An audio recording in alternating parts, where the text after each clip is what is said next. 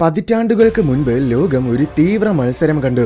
ബഹിരാകാശ രംഗത്ത് ആരാണ് കൂടുതൽ മികച്ചതെന്ന് തെളിയിക്കാൻ വൻ ശക്തികളായ അമേരിക്കയും സോവിയറ്റ് യൂണിയനും തമ്മിൽ നടത്തിയ ഒരു മത്സരം. അതിനെയാണ് സ്പേസ് റേസ് എന്ന് പറയുന്നത്. ആ മത്സരം അവസാനിച്ചിട്ട് നൂറ്റാണ്ടിൽ കൂടുതൽ കാലമായി. എന്നാൽ ഇപ്പോൾ പുതിയ സ്പേസ് റേസ് തുടങ്ങിയിരിക്കുകയാണ്. ഇത്തവണയും ചന്ദ്രൻ തന്നെയാണ് ലക്ഷ്യം. പക്ഷെ ഇത്തവണ ആരാണ് മികച്ചതെന്ന് തെളിയിക്കുക എന്നതല്ല ലക്ഷ്യം, മറിച്ച് ആധിപത്യമാണ്. നാസ ചന്ദ്രനിൽ ഒരു ബേസ് സ്ഥാപിക്കാൻ പണ്ടേ തന്നെ പ്ലാൻ ചെയ്യുന്നുണ്ടായിരുന്നു. ഇപ്പോൾ ചൈനയും അതേ കാര്യം പ്ലാൻ ചെയ്യുകയാണ്. ബേസ് സ്ഥാപിക്കാൻ രണ്ടു കൂട്ടരും ചന്ദ്രന്റെ ഒരേ സ്ഥലമാണ് ലക്ഷ്യം വെച്ചിട്ടുള്ളത്. അതിനാൽ നാസയ്ക്ക് മുന്നേ ചന്ദ്രനിൽ ബേസ് സ്ഥാപിക്കണമെന്നാണ് ചൈനയുടെ പ്ലാൻ. കാരണം ആരാണോ ആദ്യം ചന്ദ്രനിൽ ബേസ് സ്ഥാപിക്കുന്നത് അവർക്ക് ചന്ദ്രനിലുള്ള വാട്ടർ ഐസ്, ഇന്ധന ഉൽപാദനം, ബഹിരാകാശ കവാടങ്ങൾ എന്നിവയൊക്കെ നിയന്ത്രിക്കാൻ കഴിയും. ചുരുക്കത്തിൽ ചന്ദ്രന്റെ അധികാരിയാകാൻ കഴിയുമെന്ന് തന്നെ പറയാം. പഴയ സ്പേസ് റേസ് വെറും ഒരു ശക്തി പ്രകടനം മാത്രമായിരുന്നുവെങ്കിൽ ഇപ്പോഴത്തെ സ്പേസ് റേസ് 2 ചന്ദ്രന്റെ നിയന്ത്രണം ഏറ്റെടുക്കാൻ വേണ്ടിയിട്ടാണ്. ഇതിനുവേണ്ടി എന്താണ് ചൈന പ്ലാൻ ചെയ്യുന്നതെന്നും എങ്ങനെയാണ് അവർ ചന്ദ്രനിൽ ബേസ് സ്ഥാപിക്കാൻ പോകുന്നതെന്നും നമുക്ക് നോക്കാം.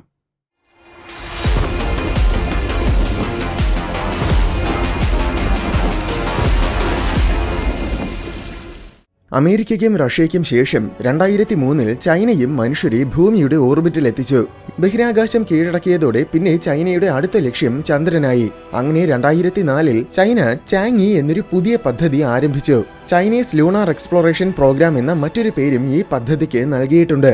ചന്ദ്രനെ കീഴടക്കുക എന്നതായിരുന്നു ഈ പദ്ധതിയുടെ ലക്ഷ്യം. ഇത് യഥാർത്ഥത്തിൽ ചൈനയുടെ മാത്രം കാര്യമല്ല. നമ്മുടെ ഇന്ത്യ ഉൾപ്പെടെ പല രാജ്യങ്ങളും ഇപ്പോൾ ചന്ദ്രനെ ലക്ഷ്യമിടുന്നുണ്ട്. ശാസ്ത്ര പഠനങ്ങൾ, സമ്പത്തുകൾ, സാങ്കേതിക പരീക്ഷണങ്ങൾ, ജിയോ പൊളിറ്റിക്സ്, അങ്ങനെ ചന്ദ്രനെ കൊണ്ട് ഒരുപാട് ഉപയോഗങ്ങളുണ്ട്. അതുകൊണ്ടാണ് എല്ലാവരുടെയും ശ്രദ്ധ ചന്ദ്രനിൽ കേന്ദ്രീകരിച്ചിരിക്കുന്നത്. എന്തായാലും ചാങ്യി പ്രോജക്റ്റിന് പ്രധാനമായും 4 ഘട്ടങ്ങളുണ്ട്. ചന്ദ്രനെ വലം വയ്ക്കുകയും ചന്ദ്രന്റെ ഉപരിതലം മൊത്തം ചിത്രീകരിക്കുകയും ചെയ്യുക എന്നതായിരുന്നു ആദ്യ ഘട്ടത്തിന്റെ ലക്ഷ്യം. 2007 2010 അയച്ച 2 പേടകങ്ങളിലൂടെ ചൈന ഈ ലക്ഷ്യം വിജയകരമായിട്ട് തന്നെ പൂർത്തീകരിച്ചു. രണ്ടാമത്തെ ഘട്ടമെന്നത് ചന്ദ്രനിൽ സോഫ്റ്റ് ലാൻഡിംഗ് ചെയ്യുക എന്നതായിരുന്നു. 2013 2018 അയച്ച 2 പേടകങ്ങളിലൂടെ ഈ ഘട്ടവും വിജയകരമായി പൂർത്തിയാക്കി. 2018 അയച്ച ചാങ്യി 4 എന്ന പേടകമാണ് ആദ്യമായി ചന്ദ്രന്റെ മറുവശത്തിൽ ലാൻഡ് ചെയ്ത പേടകം. മറ്റൊരു കാര്യം, ഈ പേടകങ്ങളുടെ ഉള്ളിൽ റോവേഴ്സും ഉണ്ടായിരുന്നു. ഇതിലൊരു റോവർ ഇപ്പോഴും ചന്ദ്രനിൽ ആക്റ്റീവാണ്. ചിത്രങ്ങളും ഡാറ്റയും ഒക്കെ അയച്ചു തരികയും ചെയ്യുന്നുണ്ട്. ചന്ദ്രനിൽ നിന്നും സാമ്പിൾസ് ശേഖരിച്ച് ഭൂമിയിൽ കൊണ്ടുവരിക എന്നതായിരുന്നു മൂന്നാമത്തെ ഘട്ടം. 2020 2024 അയച്ച 2 പേടകങ്ങളിലൂടെ ഈ ഘട്ടവും വിജയകരമായിട്ട് തന്നെ ചൈന പൂർത്തിയാക്കി. 2024 അയച്ച പേടകം ചന്ദ്രന്റെ മറുവശത്തിൽ നിന്നുമാണ് സാമ്പിൾസ് ശേഖരിച്ചത്. ഇതുവരെ വേറെ ഒരു രാജ്യവും ഇത് ചെയ്തിട്ടില്ല. അങ്ങനെ ഈ വിജയങ്ങളുടെയൊക്കെ അടിസ്ഥാനത്തിൽ ചൈന അടുത്ത് 4ാമത്തെ ഘട്ടത്തിലേക്ക് കടക്കാൻ നിൽക്കുകയാണ്. ചന്ദ്രനിൽ ഒരു ബേസ് സ്ഥാപിക്കുക എന്നതാണ് ചാങ്യി പ്രോജക്റ്റിന്റെ 4ാമത്തെ ഘട്ടം. ഇന്റർനാഷണൽ ലൂണാർ റിസർച്ച് സ്റ്റേഷൻ എന്നാണ് ഈ ബേസിന് നൽകിയിരിക്കുന്ന പേര്. ഇന്റർനാഷണൽ എന്ന് പേരിടാൻ കാരണം ഇത് യഥാർത്ഥത്തിൽ ചൈന ഒറ്റയ്ക്ക് ചെയ്യാൻ പോകുന്ന ഒരു പദ്ധതിയല്ല, മറിച്ച് റഷ്യയും കൂടെ ചേർന്നാണ് ചെയ്യാൻ പോകുന്നത്. റഷ്യ മാത്രമല്ല, വേറെയും പല രാജ്യങ്ങളും ചൈനയ്ക്കൊപ്പം ചേരുന്നുണ്ട്. അതിൽ പ്രധാന പങ്കാളി റഷ്യയാണെന്ന് മാത്രം. ചന്ദ്രന്റെ സൗത്ത് പോളിലാണ് ഈ ബേസ് സ്ഥാപിക്കാനുള്ള പ്ലാൻ. ചൈന മാത്രമല്ല, US-ഉം അവരുടെ മൂൺ ബേസ് സൗത്ത് പോളിൽ തന്നെയാണ് സ്ഥാപിക്കാൻ പ്ലാൻ ചെയ്തിരിക്കുന്നത്. അതിന്റെ ഏറ്റവും പ്രധാന കാരണം സൗത്ത് പോളിൽ ഡിറ്റക്ട് ചെയ്തിട്ടുള്ള വാട്ടർ ഐസ് ആണ്. അതായത് സൗത്ത് പോളിലെ ചില ക്രേറ്റേഴ്സിൽ ഒരിക്കലും സൂര്യപ്രകാശം കിട്ടാറില്ല. ഇത്തരം ക്രേറ്റേഴ്സിന്റെ ഒരുപാട് ആഴങ്ങളിൽ വൻതോതിൽ ജലത്തിന്റെ ഐസ് ഉണ്ടെന്ന് നമ്മുടെ ചന്ദ്രയാൻ ഉൾപ്പെടെ പല പേടകങ്ങളും കണ്ടെത്തിയിട്ടുണ്ട്. ചന്ദ്രനിൽ ഒരു ബേസ് സ്ഥാപിക്കണമെങ്കിൽ അതിന് ഏറ്റവും പ്രധാനപ്പെട്ട ഘടകങ്ങളിൽ ഒന്നാണ് ജലം. അതിനു പുറമെ മറ്റൊരു പ്രധാന കാര്യമെന്നത് സൗത്ത് പോളിൽ സ്പാ ബേസിന് എന്നൊരു ക്രേറ്റർ ഉണ്ട്. ചന്ദ്രനിലെ ഏറ്റവും പുരാതനമായ ക്രേറ്റേഴ്സിലൊന്നാണിത്. പുരാതനമെന്ന് വെച്ചാൽ ഇതിന് ഏകദേശം 420 കോടി വർഷങ്ങളുടെ പഴക്കമുണ്ട്. ഈ ക്രേറ്റർ ഉണ്ടായപ്പോൾ ചന്ദ്രന്റെ ക്രസ്റ്റിലും അപ്പർ മാന്റിലും നിന്നുമുള്ള പദാർത്ഥങ്ങൾ മുകളിലേക്ക് ഉയർന്നു പൊങ്ങിയിട്ടുണ്ടാകും. ഈ പദാർത്ഥങ്ങളൊക്കെ ഇപ്പോഴും ക്രേറ്ററിൽ ഉണ്ടായിരിക്കും. അതുകൊണ്ട് തന്നെ ഈ ക്രേറ്ററിൽ ഗവേഷണം നടത്തിയാൽ മുകളിലേക്ക് വന്ന ആ പദാർത്ഥങ്ങളിലൂടെ ചന്ദ്രന്റെ ആന്തരിക ഘടനയെക്കുറിച്ചും ഉത്ഭവത്തെക്കുറിച്ചും ഒക്കെയുള്ള പല കാര്യങ്ങളും മനസ്സിലാക്കാൻ പറ്റും. അങ്ങനെ ഈ കാരണങ്ങളൊക്കെ കൊണ്ടാണ് എല്ലാവരും ചന്ദ്രന്റെ സൗത്ത് പോളിൽ തന്നെ ബേസ് സ്ഥാപിക്കാൻ പ്ലാൻ ചെയ്യുന്നത്. എന്തായാലും അടുത്ത വർഷം, അതായത് 2026 ചൈന ഒരു പേടകം വിക്ഷേപിക്കും. ഇത് സൗത്ത് പോളിൽ ചെന്ന് ലാൻഡ് ചെയ്യും. എവിടെയൊക്കെ റിസോഴ്സസ് ഉണ്ടെന്ന് തിരയുക എന്നതാണ് ഈ പേടകത്തിന്റെ ലക്ഷ്യം. അങ്ങനെ ഇതിൽ നിന്നും ലഭിക്കുന്ന ഡാറ്റയുടെ അടിസ്ഥാനത്തിലായിരിക്കും മൂൺ ബേസ് സ്ഥാപിക്കേണ്ട കൃത്യമായ ലൊക്കേഷൻ തീരുമാനിക്കുന്നത്. ശേഷം 2028 അടുത്ത പേടകം വിക്ഷേപിക്കും. ഇത് ചെന്ന് ചന്ദ്രനിൽ ലാൻഡ് ചെയ്ത ശേഷം ചന്ദ്രന്റെ മണ്ണ് ഉപയോഗിച്ച് തന്നെ 3D പ്രിന്റിംഗ് ടെക്നോളജിയിലൂടെ ചില ചെറിയ ഘടനകൾ നിർമ്മിക്കാൻ ശ്രമിക്കും.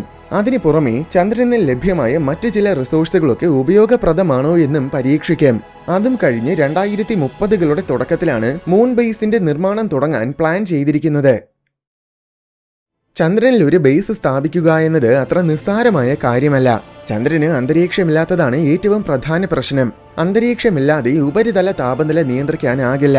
അനന്തരഫലമായി പകൽ സമയം ഇവിടെ 130 ഡിഗ്രി സെൽഷ്യസ് വരെ താപനില ഉയരും. എന്നാൽ രാത്രിയിലാണെങ്കിൽ -180 ഡിഗ്രി സെൽഷ്യസ് വരെ താപനില കുറയും. ചന്ദ്രന് ഒരു തവണ സ്വന്തം അച്ചുതണ്ടിൽ കറങ്ങാൻ ഏകദേശം 1 മാസത്തോളം സമയം വേണം.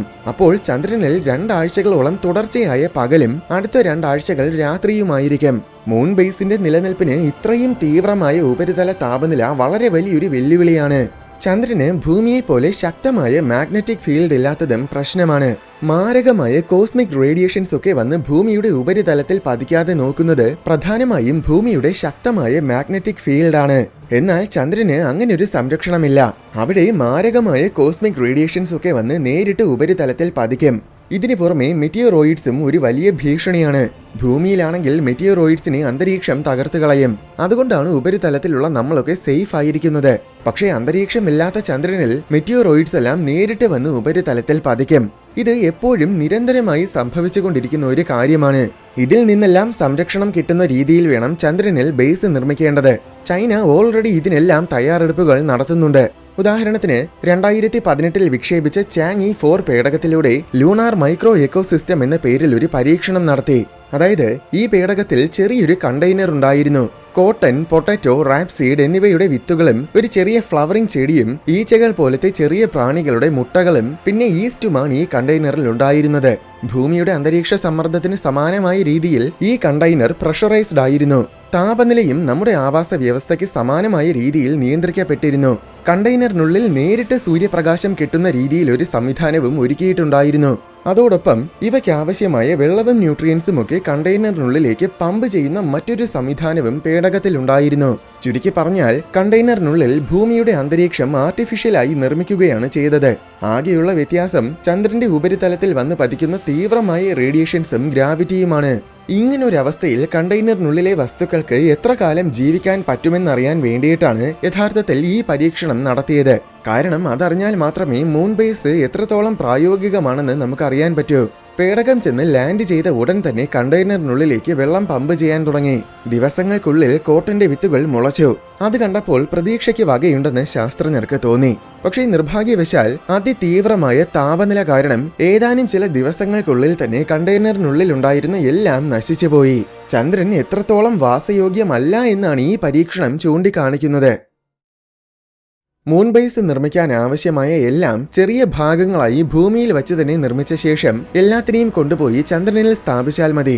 ഇത് പറഞ്ഞപ്പോൾ നിസ്സാരമായിട്ട് തോന്നിയെങ്കിലും യഥാർത്ഥത്തിൽ ഇത് അത്യധികം പ്രയാസമുള്ള കാര്യമാണ്. മനുഷ്യര് നേരിട്ട് പോയാൽ മാത്രമേ ഇത് ചെയ്യാനാകൂ. അതുകൊണ്ട് തന്നെ പ്രയാസം എന്നതിലുപരി ഇത് ഒട്ടും തന്നെ പ്രായോഗികമല്ല. അങ്ങനെയെങ്കിൽ ചന്ദ്രനിൽ ലഭ്യമായ പദാർത്ഥങ്ങളെ ഉപയോഗിച്ച് തന്നെ അവിടെ മൂൺ ബേസ് നിർമ്മിക്കണം. അത് തന്നെയാണ് ചൈനയുടെ പ്ലാനും. ഇങ്ങനെ ചെയ്യാൻ മനുഷ്യരുടെ ആവശ്യമില്ല. അതായത് 2030കളിൽ നിരവധി പേടകങ്ങളെ ചൈന ചന്ദ്രനിലേക്ക് അയക്കും. ഈ പേടകങ്ങളിൽ പല വിധത്തിലുമുള്ള യന്ത്രങ്ങളും റോബോട്ട്സുമൊക്കെ ഉണ്ടായിരിക്കും. ഇതിൽ യൂട്ടിലിറ്റി റോബോട്ട്സ് ചന്ദ്രന്റെ ഉപരിതലത്തിൽ നിന്നും മണ്ണ് ശേഖരിക്കും. ചന്ദ്രന്റെ മണ്ണിൽ ധാരാളം മിനറൽസും ഓക്സൈഡ്സും ഒക്കെ ഉണ്ട്. അതിനാൽ ഈ മണ്ണിനെ ചൂടാക്കുമ്പോൾ അത് ശക്തമായ സെറാമിക് മെറ്റീരിയൽസ് പോലെയായി മാറും.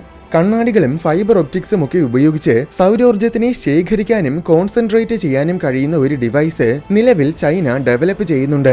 യൂട്ടിലിറ്റി റോബോട്ട്സ് ശേഖരിക്കുന്ന മണ്ണ് മൊത്തം ഇത്തരം ഡിവൈസുകളിലായിരിക്കും കൊണ്ടിടുന്നത്. ഈ ഡിവൈസ് സൂര്യപ്രകാശത്തിനെ ചന്ദ്രന്റെ മണ്ണിലേക്ക് ഫോക്കസ് ചെയ്യും. ഇങ്ങനെ ഫോക്കസ് ചെയ്യുമ്പോൾ ആ സൂര്യപ്രകാശത്തിന്റെ താപനില 1400 ഡിഗ്രി സെൽഷ്യസിന് മുകളിലെത്തും. ചന്ദ്രന്റെ മണ്ണിനെ ഉരുക്കാൻ ഇത്രയും താപനില ധാരാളമാണ്. ഇങ്ങനെ ഉരുക്കിയെടുത്ത മണ്ണിനെ മറ്റ് ചില റോബോട്ട്സ് 3D പ്രിന്റിംഗ് സിസ്റ്റത്തിന്റെ സഹായത്തോടെ ആവശ്യമുള്ള ആകൃതിയിലാക്കി എടുക്കും. അതായത് കെട്ടിടങ്ങൾ നിർമ്മിക്കാൻ ആവശ്യമായ ബ്ലോക്സ് ആക്കി മാറ്റും. ശേഷം സൂപ്പർ മെയ്സൺ എന്ന് പേര് നൽകിയിരിക്കുന്ന ഒരു വലിയ തരം റോബോട്ട്സ് ഈ ബ്ലോക്സ് ഒക്കെ ഉപയോഗിച്ച് കെട്ടിടങ്ങൾ നിർമ്മിക്കും. അതായത് ലെഗോ പാർട്സ് ഉപയോഗിച്ച് പല ഘടനകളും നിർമ്മിക്കുന്നത് പോലെ. കെട്ടിടങ്ങൾക്ക് പുറമെ ഈ റോബോട്ട്സ് റോഡുകളും ലാൻഡിംഗ് പാഡ്സും പോലെയുള്ള മറ്റ് ഇൻഫ്രാസ്ട്രക്ചേഴ്സും നിർമ്മിക്കും. അങ്ങനെ അടിസ്ഥാനപരമായ ഇൻഫ്രാസ്ട്രക്ചർ മൊത്തം അവിടെ റെഡിയാക്കും. അതിനുശേഷമാണ് മനുഷ്യരെ ചന്ദ്രനിലേക്ക് അയക്കുന്നത്. പിന്നെ മനുഷ്യരും കൂടെ ചേർന്ന് വേഗത്തിൽ മൂൺ ബേസിനെ കൂടുതൽ വികസിപ്പിക്കും. ഇതാണ് ചൈനയുടെ പ്ലാൻ. ശരിക്കും വളരെ എഫിഷ്യന്റ് ആയ പ്ലാൻ തന്നെയാണിത്. പക്ഷെ എന്നിരുന്നാലും ഈ പ്ലാൻ നടപ്പിലാക്കാൻ ചൈനയ്ക്ക് ഒരുപാട് വെല്ലുവിളികൾ നേരിടേണ്ടി വരും. ഒന്നാമത്തെ പ്രശ്നം മണ്ണിന്റെ അബ്രാസീവ്നെസ് ആണ്. അതായത് ചന്ദ്രന്റെ മണ്ണിലെ പാർട്ടിക്കിൾസ് എല്ലാം മരം പോലെ അത്യധികം കൂർത്തതാണ്. ഈ അബ്രസീവ്നെസ് കാരണം യന്ത്രങ്ങളുടെയും റോബോട്ട്സിന്റെയും ഒക്കെ മെക്കാനിക്കൽ പാർട്സ് എല്ലാം വളരെ വേഗം ഇല്ലാതാകും. രണ്ടാമത്തെ പ്രശ്നം താപനിലയിലെ തീവ്രമായ വ്യതിയാനങ്ങളാണ്. 130 ഡിഗ്രി സെൽഷ്യസിൽ നിന്നും -180 ഡിഗ്രി സെൽഷ്യസിലേക്ക് കുറയുന്ന താപനില കാരണം നിർമ്മിക്കുന്ന കെട്ടിടങ്ങളിൽ തീവ്രമായ തെർമൽ സ്ട്രെസ് ഉണ്ടാകും. അനന്തരഫലമായി കെട്ടിടങ്ങളിൽ വിള്ളലുകൾ വീഴുകയും പൊട്ടുകയും തകരുകയും ഒക്കെ ചെയ്യാനുള്ള സാധ്യത വളരെ കൂടുതലാണ്. മൂന്നാമത്തെ പ്രശ്നം റേഡിയേഷനാണ്. നിരന്തരമായി ബഹിരാകാശത്തിൽ നിന്നും വന്ന് പതിച്ചുകൊണ്ടിരിക്കുന്ന തീവ്രമായ റേഡിയേഷൻസിന് റോബോട്ട്സിന്റെയും മറ്റുപകരണങ്ങളുടെയും ഒക്കെ ഇലക്ട്രോൺസിനെ നശിപ്പിക്കാനാകും. നിരന്തരമായി ഉപരിതലത്തിൽ വന്ന് പതിച്ചുകൊണ്ടിരിക്കുന്ന മെറ്റിയോറോയിഡ്സ് ആണ് നാലാമത്തെ പ്രശ്നം. ഈ മെറ്റിയോറോയിഡ്സിന് ചിലപ്പോൾ ഏതാനും ചില മില്ലിമീറ്റേഴ്സിന്റെ വലിപ്പമേ ഉണ്ടായിരിക്കൂ. പക്ഷെ ഇവ അത്യധികം വേഗത്തിലാണ് വന്ന് പതിക്കുന്നത്. അതുകൊണ്ട് തന്നെ വലിപ്പം കുറവാണെങ്കിലും ഇവയ്ക്ക് നിസ്സാരമായിട്ട് റോബോട്ട്സിനെയൊക്കെ തകർക്കാനാകും. നാലാമത്തെ പ്രശ്നം മൂൺ ക്വേക്സ് ആണ്. ചന്ദ്രനിൽ ഇടയ്ക്കിടയ്ക്ക് ഭൂചലനം സംഭവിക്കാറുണ്ട്. ഇവയുടെ തീവ്രത പൊതുവെ കുറവാണെങ്കിലും ഒട്ടുമിക്ക ഭൂചലനവും പല മണിക്കൂറുകളോളം വരെ നിലനിൽക്കും.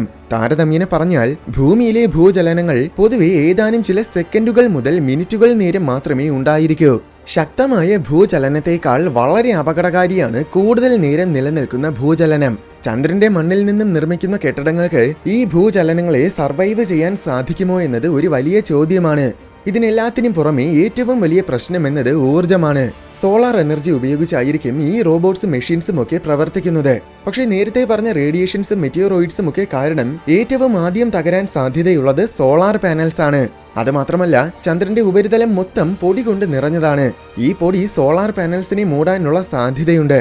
അങ്ങനെ സംഭവിച്ചാൽ പിന്നെ ഊർജ്ജം കിട്ടില്ല. ഇതിനെല്ലാത്തിനുമുപരി ചന്ദ്രനിൽ പകൽ സമയം കഴിഞ്ഞാൽ പിന്നെ 2 ആഴ്ചകളോളം ഇരുട്ടാണ്.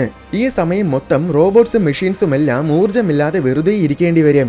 അങ്ങനെ ആകെ മൊത്തത്തിൽ നോക്കുമ്പോൾ സോളാർ എനർജി ഒട്ടും തന്നെ റിലയബിൾ അല്ല. ഈ പറഞ്ഞ പ്രശ്നങ്ങൾക്കൊക്കെ ചൈന പല സൊല്യൂഷൻസും കണ്ടെത്തിയിട്ടുണ്ട്. ചന്ദ്രന്റെ മണ്ണിന് സമാനമായ പദാർത്ഥങ്ങൾ ഉപയോഗിച്ച് ശാസ്ത്രജ്ഞർ ബ്രിക്സ് നിർമ്മിച്ച് പഠനങ്ങൾ നടത്തിയിട്ടുണ്ട്. സാധാരണ ബ്രിക്സിനേക്കാൾ 3 മടങ്ങ് ശക്തമായിരുന്നു ഇവ. ഇവയ്ക്ക് താപനിലയിൽ സംഭവിക്കുന്ന തീവ്രമായ വ്യതിയാനങ്ങളെയൊക്കെ താങ്ങാനാകും. ചൈനയുടെ ടിയാങ്കോങ് സ്പേസ് സ്റ്റേഷനിൽ വെച്ച് കഴിഞ്ഞ കുറെ വർഷങ്ങളായിട്ട് അവർ ഈ ബ്രിക്സിനെ ഉപയോഗിച്ച് പരീക്ഷണങ്ങൾ നടത്തുന്നുണ്ട്. ചന്ദ്രന്റെ മണ്ണ് കെട്ടിടങ്ങൾ നിർമ്മിക്കാൻ എത്രത്തോളം ശക്തമാണെന്ന കാര്യം ഈ പരീക്ഷണങ്ങളിലൂടെ ഓൾറെഡി അവർക്ക് മനസ്സിലായിട്ടുണ്ടാകും. ചന്ദ്രന്റെ ഉപരിതലത്തിലെ പൊടി വലിയൊരു വെല്ലുവിളി ആയിരിക്കില്ല. കാരണം അതിനെ പ്രതിരോധിക്കാനുള്ള മാർഗങ്ങൾ നേരത്തെ നടത്തിയ ചന്ദ്രദൗത്യങ്ങളിലൂടെ ഓൾറെഡി ചൈനയ്ക്ക് അറിയാം. ഇലക്ട്രോ ഡൈനാമിക് ഡസ്റ്റ് ഷീൽഡ് പോലെയുള്ള സംവിധാനങ്ങൾ ഉപയോഗിക്കുന്നതിലൂടെ യന്ത്രങ്ങളിൽ പറ്റിയ പൊടികളൊക്കെ കളയാൻ സാധിക്കും. അതായത് ഈ പൊടികൾ ചാർജ്ഡ് പാർട്ടിക്കിൾസ് ആണ്. അതിനാൽ തന്നെ ഇലക്ട്രിക് ഫീൽഡ് ഉപയോഗിക്കുമ്പോൾ ഈ ചാർജ്ഡ് പാർട്ടിക്കിൾസ് ഒക്കെ തെറിച്ചു പോകും. അതിനു പുറമെ ഉപകരണങ്ങളിൽ മൊത്തം ആന്റി ഡസ്റ്റ് കോട്ടിംഗ്സും ഉണ്ടായിരിക്കും. ഈ കോട്ടിംഗ്സിന് പൊടികളെ വികർഷിക്കാനുള്ള ശേഷിയുണ്ട്. അതിതീവ്രമായ അബ്രസീവ്നെസ്സും താങ്ങാൻ ശേഷിയുള്ള ചില മെറ്റീരിയൽസ് ഉണ്ട്.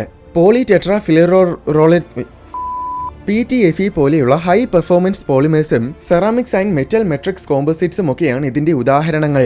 ഇത്തരം മെറ്റീരിയൽസിന് അബ്രാഷനെ പ്രതിരോധിക്കാനുള്ള ശേഷി വളരെ കൂടുതലാണ്.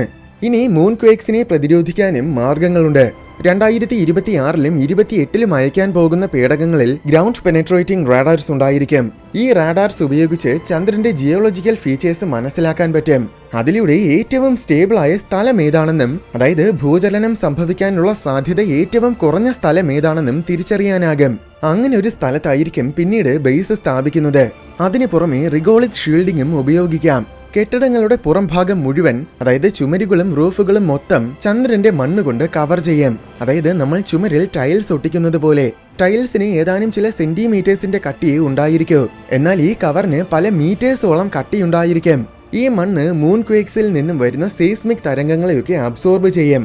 അനന്തരഫലമായി കെട്ടിടങ്ങൾ കൂടുതൽ സ്റ്റേബിളായി നിലനിൽക്കും. ഈ കവർ കെട്ടിടങ്ങളെ റേഡിയേഷനിൽ നിന്ന് സംരക്ഷിക്കുകയും ചെയ്യും. ഇനി സോളാർ എനർജിക്ക് പകരം ചൈന മറ്റൊരു എനർജി സ്രോതസ് പ്ലാൻ ചെയ്യുന്നുണ്ട്. അതാണ് ന്യൂക്ലിയർ എനർജി. ചന്ദ്രനിൽ ഒരു ന്യൂക്ലിയർ പവർ പ്ലാന്റ് സ്ഥാപിച്ചാൽ മൂൺ ബേസ് നിർമ്മിക്കാനും അത് സസ്റ്റെയിൻ ചെയ്യാനും ആവശ്യമായ മുഴുവൻ ഊർജ്ജവും ലഭിക്കും.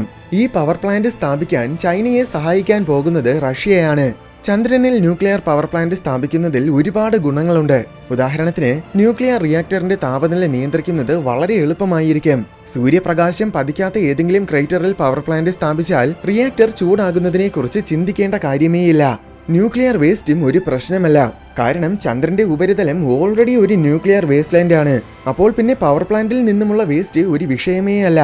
എല്ലാം പ്ലാൻ ചെയ്ത പോലെ സംഭവിക്കുകയാണെങ്കിൽ അടുത്ത 10 പതിറ്റാണ്ടിൽ തന്നെ ചന്ദ്രനിൽ ചൈനയുടെ മൂൺ ബേസ് ഉയരും.